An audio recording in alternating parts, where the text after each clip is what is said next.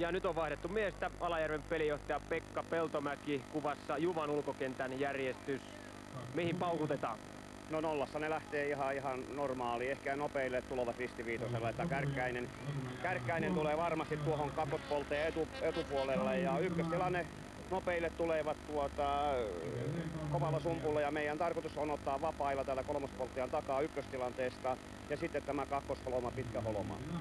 Kakkostilanne ne pelaa varmasti kans sumppuhommalla meidän nopeille miehille ja kakkospolttaja tulee silloin tähän ristiviitosen paikalle ja kakkospuolelta me hajaan se vapaa ja sitten käytetään 02 tätä valtosta lähinnä silloin kun on hitaampia miehiä tuolla kakkosella se vetäytyy kauemmaksi ja meidän täytyy näissä 02 hyökätä ja lähteä täyttämään tätä takapesää.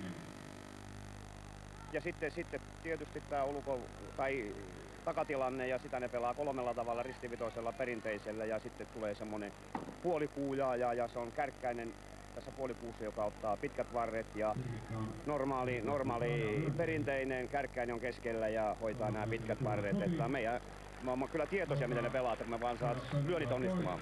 Kiitos. Kiitos.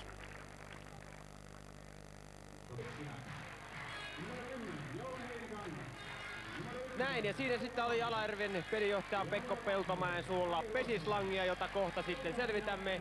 Ja vielä kerran tervetuloa siis Juvalle tänään superpesisottelun